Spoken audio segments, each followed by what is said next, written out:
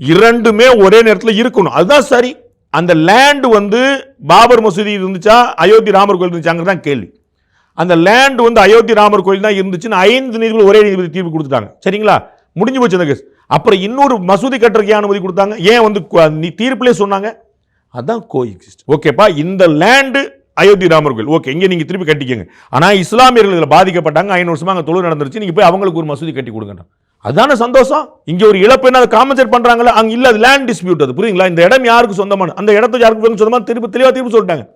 அப்புறம் அடிஷனலாக அவங்களுக்கு என்ன காம்பன்சேஷன் இருக்கு, அதுதான் இந்தியா.